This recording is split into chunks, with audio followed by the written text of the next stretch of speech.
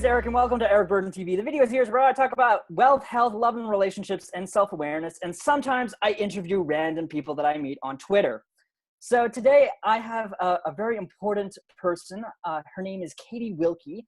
I met her on Twitter a little while ago, and we were talking about doing a collab, and well, here it is. So I have a whole bunch of questions that I want to be asking Katie, but obviously you guys don't really know her that well, so here's a little bit of an introduction to her. First off, she is a mental illness advocate, which is really awesome. It's great. And also she is diagnosed with bipolar, which is just phenomenal. Like it's really interesting for me because I don't really know that many people with a lot of mental disorders. Today's questions I want to be are a little bit more geared towards mental illness, spreading awareness about mental illness.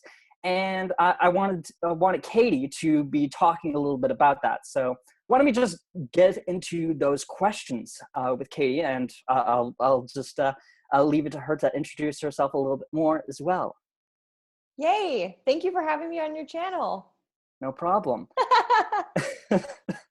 So it's a great honor. It's definitely something different. But anyway, why don't we just jump into the questions? So my first question is, when did you find you had bipolar disorder?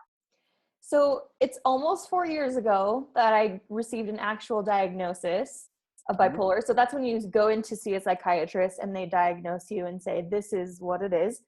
My first actual manic episode happened when I was 16 years old, when I moved to a new school, was far away from my parents at a boarding school. And that's when the first onset came. So that's the short answer. 4 years ago is when I received my official diagnosis. I'm 25 now. 9 years ago was that episode at 16. 6 years after 16. Is everyone following my math? Yeah. I was 22 and I finally was like, what happened to me at 16? And I had a really good friend who was a social worker, and she said, go see a psychiatrist and see if you can tell your story and they can put a name to it. And they did. They're like, oh yeah, that's textbook bipolar 1 disorder. You're good.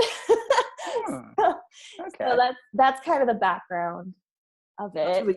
That's really interesting that you said type 1 because, well, yes. At least when it comes to diabetes, there's obviously all those other types. But I actually didn't know that bipolar actually had various types as well. Yes. Do you want the background, or should we leave that? People can go to my channel and learn about it. Yeah, that'll work. Good. Yeah. So that's really interesting, though. Mm-hmm. So explain a typical day with dealing with type 1. Yeah, bipolar. Bipolar. Mm-hmm. A typical day in the life. It's funny. I have a husband and a 2-year-old daughter. And my life looks like this. It's like I wake up in the morning, I do my exercises, I wake up my daughter and make her pancakes. We play, break for lunch. And then my husband teaches math. So he gets home fairly early in the day, like 4 o'clock. We spend time as a family. And then later, we have dinner. And then I take my medication at 8:30 and I go to bed at 9. There's nothing really too odd about it. I mean, I live a really normal life because I'm able to manage my condition with medication and therapy. And I have some amazing professionals that work with me. So, I mean, I don't really know what you're looking for in the question. Probably I have mood swings. Yes. I get irritable. How do I manage the depressive and the highs? Because that's what bipolar is. You've got highs and then the deep lows, right? Okay. So yeah. I mean, I manage those, and I a great tool that I use is meditation for that. And again, I have amazing therapists and amazing doctors. Yeah. So it's easy enough to say that at this point in time, now that you've managed all of that, there's really nothing really exciting. Not necessarily exciting, but also that people wouldn't really notice that you even have that disorder, that it would actually come as more of a surprise that exactly you have this kind of disorder, even though you are a typical individual just living a normal life. You have a husband and a kid and that's it. So totally. People wouldn't probably guess if they met me that I have a mental illness. Okay. And it would come as a surprise. But I do speak out about it because I've been through a lot, and I feel like Okay. I can help others. So that brings to my next question is, what is one of the biggest challenges to handling bipolar? So going back to when you were like 16 years old, and Yes. you had those mood swings and all that. So how So did you cope with that? how did I cope with that at 16, or how do I cope with my challenges now? How do you cope with your challenges back then before you had therapy and all that stuff? Yeah, it's interesting. Because You know, a lot of yeah. people, and anyone who watches who has dealt with a mental illness knows that, you know, it a lot of times comes out in the teen years. We don't know exactly why, but then a lot of people don't get officially diagnosed or correctly diagnosed until like their 20s. Some people even until like 30s and 40s, but in my case, it was a 6-year lag between that time. So to answer your question about how did I cope with that at 16, I didn't really. It was a full-blown manic psychotic episode, crazy ride. And I mentioned I was at a boarding school for creative writing, Mm. really great creative arts boarding school. And like I was away from my family for 2 months. So this episode went on for this 2-month period because, again, I was at a new school and nobody knew my baseline. So how could they know that I was acting abnormally? My parents weren't there. So there was nobody who knew me to say, oh gosh, let's stop. Let's get into the, you know, like, let's get some medication. Like nobody knew. So anyway, and I could go on, but it's different dealing with a manic psychotic episode. I've only had 2 of those, and my most recent one was this year. Oh, wow. And when you deal with that, when you're in a psychosis, you go to the hospital is the answer to cope. But daily life with bipolar disorder is a lot easier to cope with. I mean, you just try to keep level-headed. Okay. Isn't that crazy? All my crazy stories come out. Yeah. So the next question is, what's your viewpoint on the stigma of mental illness? Yeah. And when you say stigma, you personally, do you have a definition you would say? Like, what do you mean by stigma when you say it? Okay, well, as far as stigma goes, well, at least how I see it is that if some people have struggles with dealing with mental illness, or people believe that you have a mental illness, they're very reluctant to approaching individuals for whatever reason it may be. And I'm just wondering, how do you deal with that sort of thing? Okay. Yeah. Like basically what you mean is that it makes people nervous, or it scares them. My view on things like that, when someone holds a stigma or a judgment because it scares them, is that people just don't understand mental illness, in my view. Okay. Most people, I mean, that's the kind of the basis of this interview, you know, like most people don't understand mental illness. But from my perspective, if they did take a look into my life and they understand kind of how I am as an individual, and that's why I try to be completely open and very blunt about my challenges, is because I feel like if people would understand, they wouldn't be scared. Does that make sense? Yes, it makes absolute sense. That's really good. Yeah. That's really good. Like, oh, she's normal, so there's nothing here to worry about. Yeah, as normal as possible. As is possible, right? Yeah. When I'm doing everything that my therapist is like, keep on your schedule. Yeah. Okay, so now we're going to be changing gears a little bit, because obviously you have a website, you have a business, and you're moving forward with that business. I want to be talking about why did you start the company that you started, and what's it about? Okay, so I would call it more of a project, more of an endeavor, less than a company. In my, like, because for me, it's a project. Like everything in my life is a project, right? It's like, and I've started a couple of projects by now. I've got my YouTube channel. I've got my website where I'm a mental health advocate and I help other people share their stories. And then I have this new project that we're doing in collaboration with a few other Twitter folks.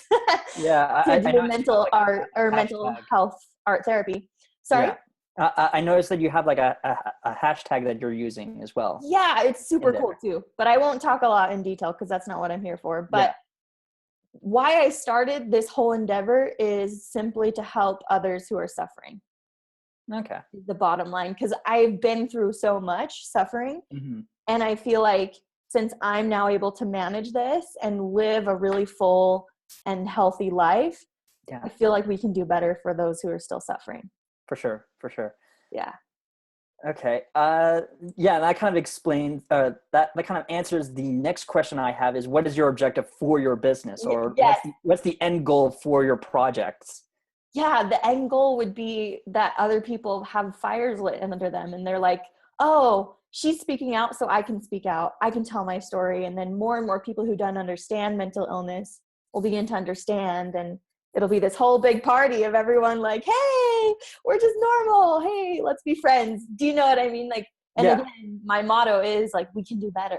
We can do better for those who are suffering with Mhm. these types of disorders. It is 1 in 5, or actually 1 in 4, I believe, someone correct me if I'm wrong, adults who will develop some kind of mental illness, whether that be depression, anxiety, bipolar disorder, or just, PTSD. There's a whole range, right? Mhm. 1 in 4 adults at some point in their life will deal with this. So that's quite a lot. I mean, that's quite a Oh, yeah. high percentage Oh, of yeah. people going around and too afraid to tell their stories, afraid of what people might say. As far as on your projects, have you experienced many challenges so far in these, or has it been pretty smooth sailing? Smooth sailing. I definitely challenges have arisen. In fact, this last September was when I started. So I'm just really new starting. September 1st, 2nd, somewhere around there. And then it's crazy, but a week after I started this project and my main website, I was hospitalized for a manic psychotic episode. Oh, yeah. You were talking In my about that. life. Yeah. So that's a huge challenge.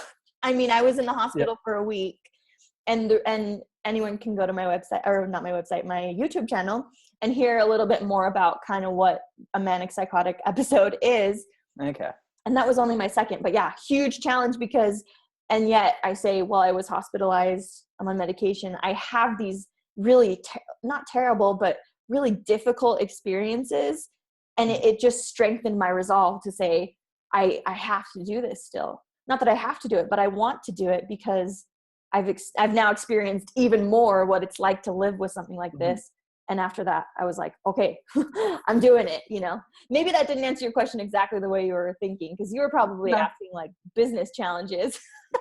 Is that still, it is a challenge that you're dealing with. So yes. yeah, Yes. that's really what's most important, is just challenges that you're. What I view as a challenge. Yes, yes. And the last question I have is, what are some of your accomplishments you're proud of? Being in recovery for a manic episode.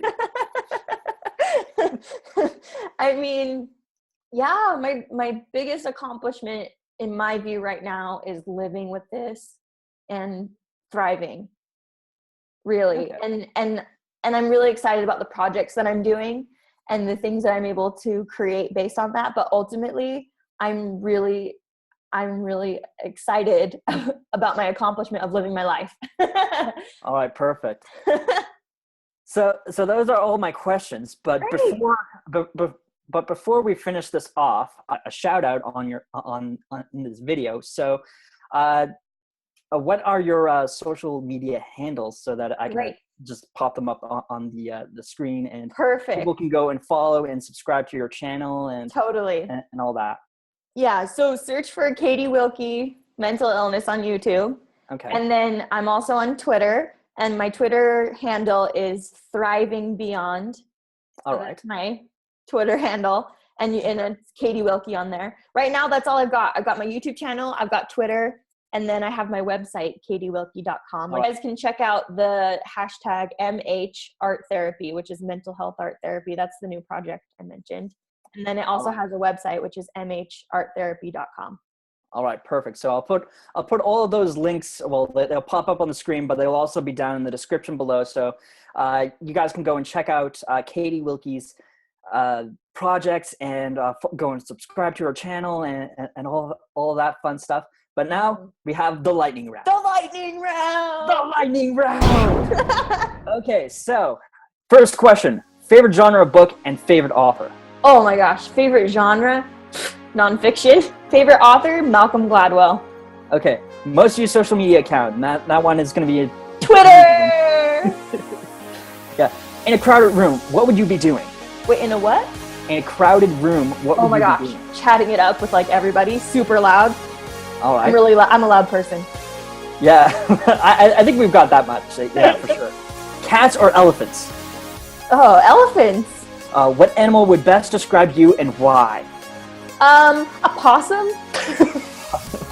And why? Because possums are seen as pests, but they also are like really protective of their young and very like strong, but they're kind of ugly. But I'm not ugly, I'm just lightning round, so you know. Yeah.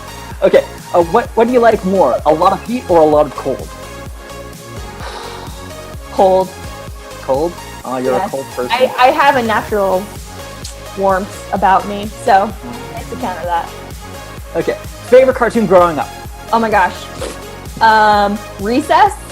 Recess. Did you ever watch that? Yes, I did. Yes. Once in a while. Name a place you want to go and visit someday. India. India? Yes. If you could only have one kind of meal for the rest of your life, what would it be? Beans and rice and tacos. And the last one is, what is your favorite color? It used to be yellow, but now it's blue. Turquoise blue. All right. So that is it for our. That's it for the questions for the lightning round. You finished it. Yay! This has been fun. Yes, it's been a lot of fun. I've learned a lot as well from the answers that you gave me, and I hope that it also provides a lot of clarity for other people as well. Yeah. And of course, go and check out Katie Wilkie's channel. I have all the stuff down in the description below, and we've already mentioned all of her handles, so you guys can go and follow her, go and subscribe to her channel, and all that stuff. And of course, I would appreciate your guys' support as well for this, and pressing the like on this video. And also, don't forget to subscribe to my channel as well for more interviews that I will be doing in the future, as well as just information that I want to be sharing with you guys every single day. Anyway, thank you very much for being on the channel and talking about mental illness and all that. Thank you so much for having me. Yes. And of course, I will see the rest of you guys next time.